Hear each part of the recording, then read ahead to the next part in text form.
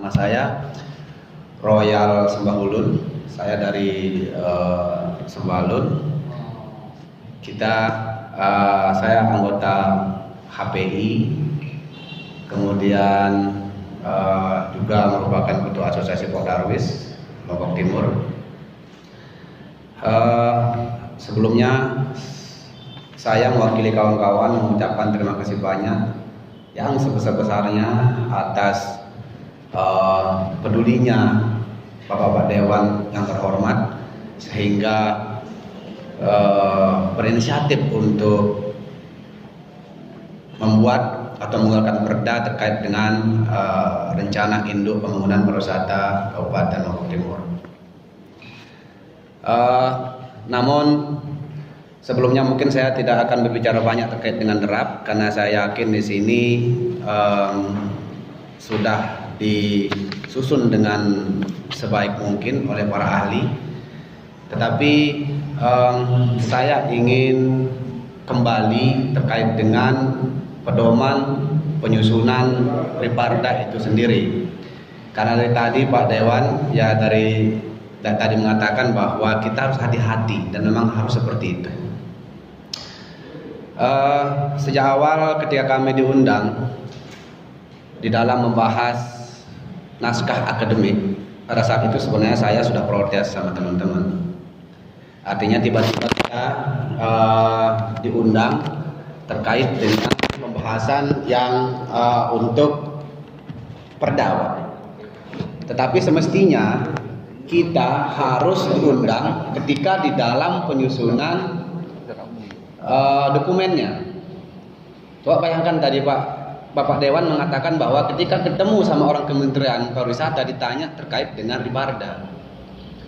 Ketika nanti ditanya terkait dengan Riparda, apakah nanti yang akan kita berikan adalah naskah akademiknya? Tetapi tentunya yang kita serahkan kan dokumennya, bukan draft perdanya, tetapi dokumen yang disahkan melalui perda.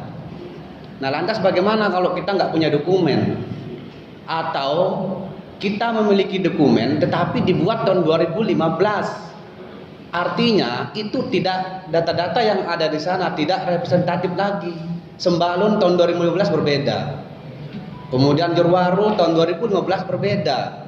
Sekarang ini tahun 2020. Nah, karena itu sejak awal kalau saya menyampaikan bahwa yang harus kita bahas itu semestinya adalah dokumen. Di Peraturan Menteri tahun 2016 nomor 10, di situ ada pedoman penyusunan Riparda. Lah, kalau kita menyusun tahun 2015, berarti sebelum Peraturan Menteri itu keluar dong. Saya khawatir dokumennya sampai hari ini kita nggak mendapatkan dokumen, yang kita dapatkan hanya naskah akademik. Di dalam Peraturan Menteri itu ada 3 poin. Pertama adalah penyusunan dokumen. Penyusunan dokumen ini jelas ada laporan pendahuluan, laporan sampai laporan akhir, dan itu mestinya kita diundang melakukan diskusi-diskusi terkait dengan penyusunan data. Kemudian setelah dokumennya jadi, baru naskah akademik. Setelah naskah akademik baru draft raperda. Lah, kalau kita misalnya tiba-tiba membicarakan raperdanya lalu diperdakan, lalu dokumennya bagaimana? Apakah ketika diperdakan nanti, apakah dokumen itu layak nanti? Kalau menurut kami, semestinya yang harus disusun sejak awal itu adalah dokumen. Di sini jelas mengatakan di Peraturan Menteri, dokumen itu di situ berupa pemetaan, Pak. Ada petanya juga di situ, di sini kan. Nah, kemudian naskah akademik ini kan sebenarnya turunan dari dokumen. Itu pemahaman kami, dan itu yang tertuang di dalam Peraturan Menteri. Nah, jadi saya sepakat sama Pak Dewan tadi bahwa jangan tergesa-gesa, daripada kita memerdakan tetapi nanti isinya nggak sesuai. Nah, mestinya kawan-kawan pelaku ini saya tanya, ini dari Eka sampai Pak Ming, apakah sudah mendapatkan dokumennya? Lalu bagaimana kita misalnya paham tentang naskah akademik ini kalau dokumennya tidak ada?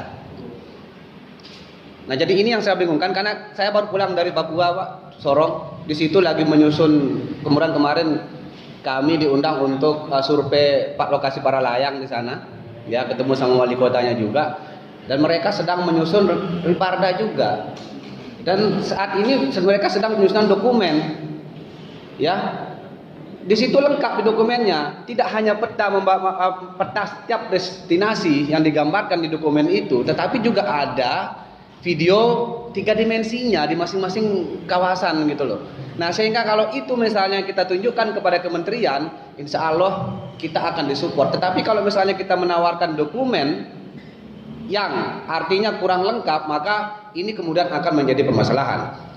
Nah, jadi begitu Pak terkait dengan masalah Riparda, kami minta kepada Bapak Dewan yang terhormat untuk mengkaji kembali, ya, mengkaji kembali terkait dengan dokumen, kemudian baru diperdakan. Kemudian yang terakhir Pak, saya sedikit mungkin ini di luar ini ya, karena kita tadi berbicara terkait dengan sumber PAD dan sebagainya. Mohon saya dari Sembalun meminta untuk dirinjani Pak Dewan ya.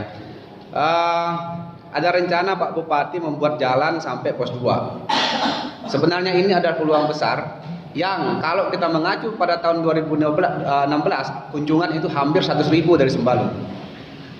Kalau misalnya jalan itu jadi dibangun, maka kita minta nanti apakah itu dari eksekutif atau legislatif untuk membuat perda juga, karena tadi Pak Dewan menyampaikan tentang hutan. Kalau kita memungut di kawasan taman nasional itu jelas itu melanggar aturan karena tidak boleh double pungut selain PNBP.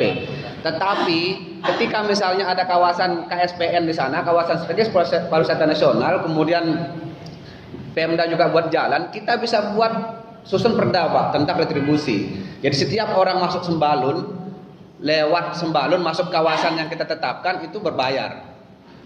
Dan saya menghitung itu kalau misalnya 5.000 saja, Dirinjani bisa berpotensi 1 miliar per tahun. Karena apa? Porter itu biasa akan membawa motor, kemudian ojek juga akan masuk, mereka juga membayar retribusi selain tamu itu sendiri. Nah, saya kira ini juga sangat penting kalau kita misalnya mengacu kepada PAD dari retribusi. Dan saya kira kalau misalnya tahun depan itu dibangun, tahun 2022 perangkat peraturannya sudah ada, sehingga Rinjani itu dampaknya ada secara langsung kepada kabupaten berupa retribusi, ya, tidak hanya dari pajak 10% yang juga di mana daerah berhak di situ. Mungkin itu Pak Ketua Dewan, saya kira apa yang saya sampaikan tidak jauh beda dengan apa yang saya sampaikan di Sembalun. Terima kasih, sekian. Assalamualaikum warahmatullahi wabarakatuh. Ya, itu salah satu dari